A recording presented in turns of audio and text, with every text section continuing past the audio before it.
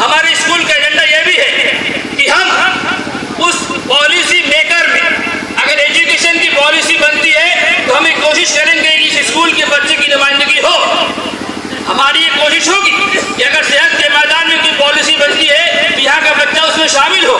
اگر ہم آگے چل کر کے اس ملک کا کوئی ڈیولپمنٹ ہوتا ہے وہ سائنس کی فیلڈ میں ہو, وہ ہیلتھ کی فیلڈ میں ہو, ہیومن رائٹس کی فیلڈ میں ہو, ہندوستان کے کسی بھی گوشے میں ہو, ہماری کوشش ہوگی, یہاں کے ذمہ داران کی اس بات کی کوشش ہے کہ اس اسکول کی نمائندگی یہاں کا پڑھنے والا ایک طالب علم آگے بڑھ کے لیڈ کر سکے.